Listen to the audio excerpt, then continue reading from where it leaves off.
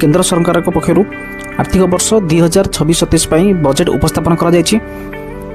केंद्र अर्थमंत्री निर्मला सीतारमण यही बजेट उपस्थापन करथिले। तेबे नवम थर भावे से अर्थमंत्री हिसाब से महिला अर्थमंत्री हिसाब से बजेट उपस्थापन करथिले, जोटा कि एक ऐतिहासिक दिन।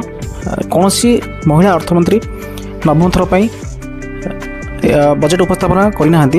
तेबे आम देखा जो बजेट उपस्थापन करा 2026-27 कौन सबू जिनस महंगा एवं सस्ता होईछि ता उपर एक आम नजर रखिबा।